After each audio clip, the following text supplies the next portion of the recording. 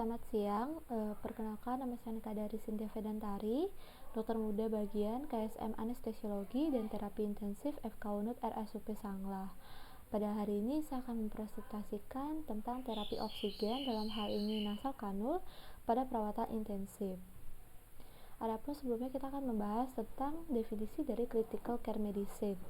Jadi pengobatan perawatan intensif, juga disebut sebagai pengobatan perawatan kritis, adalah spesialisasi medis yang menangani pasien yang sakit parah atau kritis yang mengancam nyawa, berisiko mengancam nyawa, atau sedang dalam pemulihan dari kondisi yang mungkin mengancam jiwa.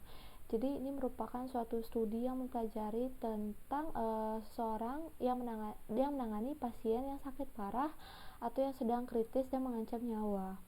Jadi critical care medicine ini terdiri dari high care unit atau HCU dan juga intensive care unit atau ICU yang mungkin sering sekali kita dengar.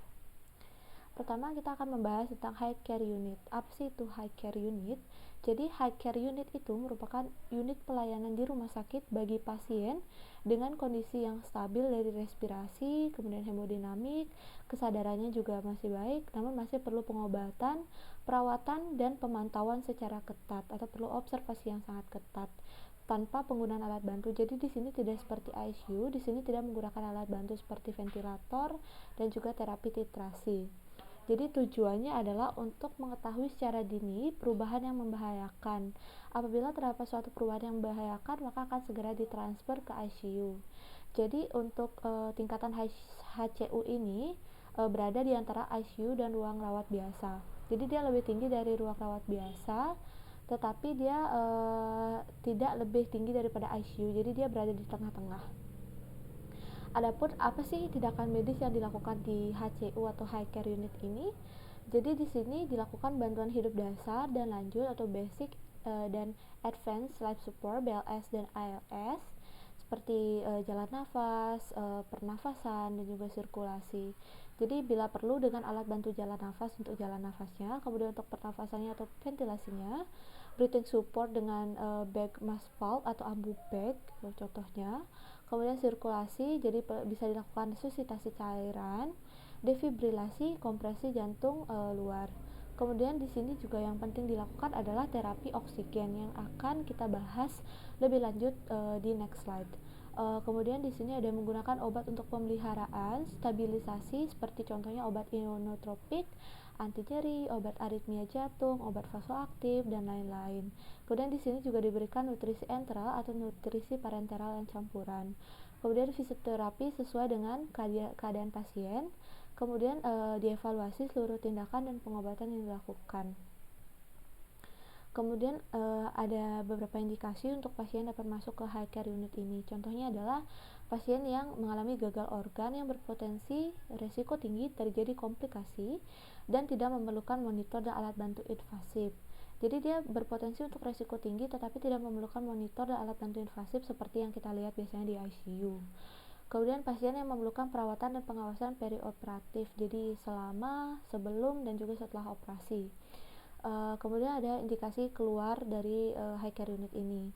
Jadi indikasinya adalah pasien tidak lagi memerlukan pemantauan ketat. Jadi dia sudah tidak perlu untuk diobservasi. Mungkin pasien ini akan bisa ditransfer ke ruang rawat biasa. Kemudian di sini yang kedua adalah indikasi keluarnya adalah pasien cenderung memburuk dan atau memerlukan pemantauan dan alat bantu invasif. Jadi keluar di sini bukan berarti keluar dari rumah sakit, tetapi dipindahkan ke intensive care unit atau ICU. Kemudian tidak perlu masuk, jadi kriterianya adalah pasien fase terminal, misal kanker stadium akhir, karena sudah terminal jadi lebih baik ke palliative care. Kemudian pasien atau keluarga menolak dirawat di HCU, jadi ini perlu refusal consent agar tidak terjadi sengketa medis untuk selanjutnya. Kemudian adapun apa sih yang bekerja di high care unit ini? Jadi tim-timnya adalah yang pertama koordinator, kemudian ada anggota. Jadi koordinatornya adalah dokter spesialis yang telah mengikuti pelatihan dasar di intensive care unit. Untuk anggotanya ada dokter spesialis dan perawat. Jadi untuk dokter spesialisnya atau dokter yang telah mengikuti pelatihan basic life support dan juga advanced life support. Untuk perawatnya yang telah mengikuti pelatihan BLS dan dapat menggunakan peralatan monitor. Kemudian selanjutnya kita akan membahas intensive care unit atau ICU yang mungkin sangat sering kita dengar. Jadi dia itu merupakan prosedur yang lebih invasif termasuk operasi. Jadi dia lebih invasif daripada HCU ini. Untuk lama tinggalnya juga lebih lama, kemudian lebih banyak obat IV dan parenteral, kemudian lebih banyak ada feeding tube dan juga nutrisi parenteral, kemudian lebih banyak ventilasi. Jadi ini istilahnya lebih kompleks daripada HCU dan juga ruang rawat biasa. Jadi pasien yang dirawat di ICU itu merupakan pasien yang memerlukan intervensi medis segera oleh tim ICU. Kemudian pasien yang memerlukan pengelolaan fungsi sistem organ tubuh secara terkoordinasi dan berkelanjutan, pengawasan konstan dan metode terapi infiltrasi. Kemudian yang selanjutnya adalah pasien sakit kritis yang memerlukan pemantauan kontinu dan tindakan segera untuk mencegah dekompensasi fisiologis. Kemudian pasien dan keluarga harus mendapat dan menyetujui informed consent sebelum masuk ICU. Jadi kita ketahui sendiri sebelum kita melakukan apapun tindakan medis kita harus mendapatkan informed consent dan juga kita harus menjelaskan apa saja tindakan-tindakan yang mungkin kita akan lakukan di ICU. Kemudian apakah diterima atau tidak oleh keluarganya. Apabila ditolak harus diperlukan refusal consent agar tidak terjadi sengketa medis. Kemudian di sini kita akan lebih banyak membahas tentang terapi oksigen. Dalam hal ini khususnya membahas tentang nasal kanul. Kemudian untuk pendahuluan, terapi oksigen merupakan suatu intervensi medis yang berupa upaya pengobatan dengan pemberian oksigen untuk mencegah atau memperbaiki keadaan hipoksia jaringan dan mempertahankan oksigenasi jaringan agar tetap adekuat dengan cara meningkatkan masukan oksigen ke dalam sistem respirasi, meningkatkan daya angkut oksigen O2 ke dalam sirkulasi, dan meningkatkan pelepasan atau ekstraksi oksigen O2 ke jaringan. Jadi intinya terapi oksigen ini pemberian oksigen agar mencegah atau memperbaiki hipoksia jaringan. Kemudian tujuannya adalah tentunya mengatasi keadaan hipoksemia. Kemudian menurunkan kerja pernafasan agar tidak berat kerjanya. Kemudian menurunkan beban kerja otot jantung, dalam hal ini adalah myocard. Untuk indikasi pemberian terapi oksigen ini adalah apabila kadar oksigen arteri atau PaO2 menurun yaitu kurang dari 60 mm Hg. Kemudian apabila kerja pernafasan meningkat, ciri-cirinya adalah laju nafas meningkat, nafas dalam, bernafas dengan otot tambahan. Jadi di sini ada otot-otot tambahan yang bekerja. Kemudian yang ketiga adalah adanya peningkatan kerja otot jantung atau myocard. Jadi indikasi klinisnya pemberian terapi oksigen. Jadi pemberian terapi oksigen diberikan pada kondisi-kondisi seperti henti jantung paru, kemudian apabila pasien mengalami gagal nafas tentunya karena sudah gagal nafas harus diberikan terapi oksigen. Kemudian gagal jantung atau akut myocard infarct. Kemudian apabila pasien mengalami shock. Jadi kita ketahui shock itu merupakan perfusi oksigen ke jaringan yang tidak adekuat sehingga harus diberikan oksigen. Kemudian pada kondisi-kondisi yang memerlukan oksigen lebih banyak atau kebutuhan oksigennya meningkat seperti kejadian luka bakar, infeksi berat, kemudian ada multiple trauma, kemudian adanya keracunan karbon monoksida. Jadi di sini karbon monoksidanya akan berikatan dengan Hb sehingga oksigen tidak akan bisa berikatan sehingga akan terjadi keadaan kekurangan oksigen dalam darah maupun dalam jaringan kita sehingga harus diberikan terapi oksigen. Kemudian pada keadaan-keadaan postoperasi. Jadi cara pemberian terapi oksigen ini ada dua, ada sistem yang arus rendah, ada sistem arus tinggi. Untuk sistem arus rendah itu dapat digunakan kateter nasal, kanula nasal yang akan kita bahas lebih lanjut, kemudian sungkup muka sederhana, kemudian sungkup muka rebreathing dengan kantong oksigen, sungkup muka non-rebreathing dengan kantong oksigen. Untuk sistem arus tingginya ada sungkup muka venturi dan sungkup muka aerosol atau ambu bag. Apa sih nasal kanul? Mungkin kita sering sekali mendengar nasal kanul. Jadi untuk nasal kanul ini adalah salah satu cara pemberian terapi oksigen, yaitu di sini ada bagian-bagiannya, ada nasal prongs di sini terdiri dari sepasang tube, panjangnya ada kurang lebih 2 cm yang dipasangkan pada lubang hidung pasien. Kemudian tubnya akan dihubungkan secara langsung menuju oksigen flow meter. Jadi di sini ada ada regulating valve juga untuk mengadjust agar pas alatnya pada pasien. Kemudian di sini ada 2 nasal prongs yang akan dimasukkan ke lubang hidung pasien. Kemudian di sini ada oxygen supply tube. Kemudian di sini ada konektor yang akan dihubungkan dengan sumber oksigen. Kemudian jadi alat ini dapat menjadi alternatif bila tidak terdapat sungkup muka, terutama bagi pasien yang membutuhkan konsentrasi oksigen rendah oleh karena tergolong sebagai alat yang sederhana, murah, dan mudah dalam pemakaiannya. Jadi nasal kanul ini dapat memberikan oksigen kontinu dengan aliran 1-6 liter per menit dengan konsentrasi oksigen sama dengan kateter nasal yaitu 24% sampai 44%.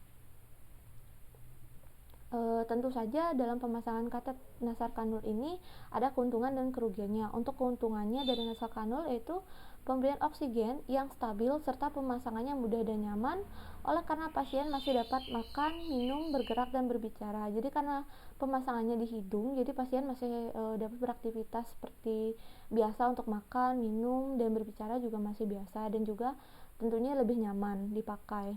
Untuk kerugian nasal kanulnya, walaupun nasal kanul nyaman digunakan, tetapi pemasangan nasal kanul ini dapat menyebabkan terjadinya iritasi pada mukosa hidung, mudah lepas karena kedalaman kanul hanya 1-1,5 cm saja. Kemudian tidak dapat memberikan konsentrasi oksigen yang lebih dari 44% dan tidak dapat digunakan pada pasien dengan obstruksi nasal. Jadi ini merupakan kontraindikasi dari pemasangan nasal kanul, yaitu terjadinya obstruksi nasal.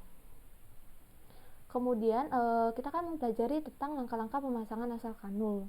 Jadi yang pertama, inspeksi tanda dan gejala pada pasien yang berhubungan dengan hipoksia dan adanya sekresi pada jalan napas. Tentunya harus digunakan pada pasien yang mengalami hipoksia dan seperti yang sudah diindikasikan sebelumnya.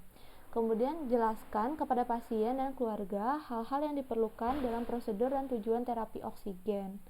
Kemudian siapkan peralatan yang dibutuhkan seperti kanula nasal, selang oksigen, alat pelembab atau humidifier, air steril hasil penyaringan, sumber oksigen dengan alat pengukur aliran atau flow meter.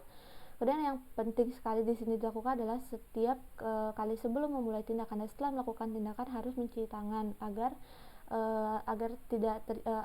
tidak terdapat infeksi, tidak terjadi infeksi.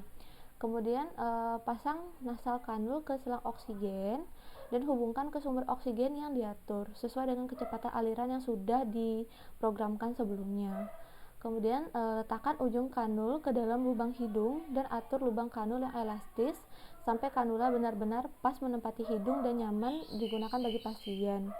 Kemudian pertahankan selang oksigen cukup kendur dan sambungkan ke pakaian pasien. Memungkinkan pasien untuk menenggokkan kepala tanpa kanula tercabut dan mengurangi tekanan pada ujung kanula di hidung. Kemudian kanula itu harus diperiksa setiap 8 jam dan pertahankan tabung pelembab terisi setiap waktu. Memastikan kepastian kanula dan aliran oksigen tujuannya. Kemudian observasi hidung dan permukaan superior kedua telinga pasien untuk melihat apabila adanya kerusakan kulit. Kemudian periksa kecepatan aliran oksigen dan program dokter setiap 8 jam. Jadi ini tujuannya untuk memastikan kecepatan aliran oksigen yang diberikan dan kepatenan kanula. Kemudian setelah prosedur tersebut harus cuci tangan. Kemudian inspeksi pasien untuk melihat apakah gejala yang berhubungan dengan hipoksianya telah hilang atau belum. Kemudian mencatat metode pemberian oksigen, kecepatan aliran, kepatenan nasal kanul, respon pasien, dan pengkajian pernapasan di catatan perawat. Kemudian mendokumentasikan penggunaan terapi oksigen yang benar dan respon pasien. Selanjutnya di sini ada video dari pemasangan nasal kanul. Looking first at low-flow devices, let's look at the various device options that are available. Nasal kanul. Nasal cannulae are one of the most common ways of delivering oxygen therapy. Yang paling sering dipakai. A nasal cannula consists of 2 soft prongs attached to the oxygen supply tubing. The prongs are inserted into the patient's nostrils. The tubing is looped over the patient's ears and the toggle is adjusted to ensure a good fit. Oxygen flows from the cannula into the patient's nasopharynx, which acts as an anatomic reservoir.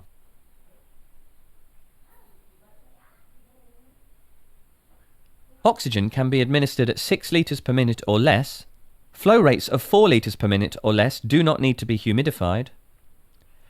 can be used at very low flow rates with children, lightweight and generally comfortable, patients are able to eat, drink and speak, mouth breathers can benefit from this device, needs upper airway to be free of obstruction, are available with different prong shapes.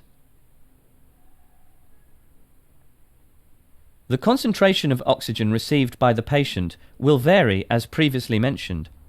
However, oxygen flows of 1 to 6 litres per minute will deliver up to 44% of oxygen to most adult patients. There are various sizes available for adults, pediatrics and neonates, and a variety of prong shapes are also available to suit varying circumstances. Straight prongs are the original design and these are still the most frequently used in hospitals. Curved prongs are designed to direct the flow of oxygen posteriorly rather than upward towards the frontal sinuses.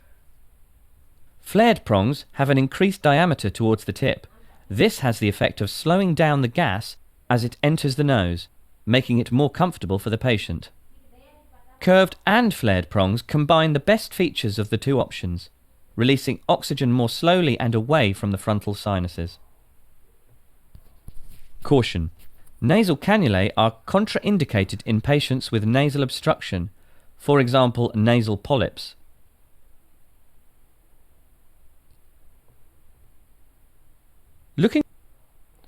Baik, sekian presentasi dari saya. Terima kasih dan mohon maaf apabila banyak kekurangan dalam presentasi saya.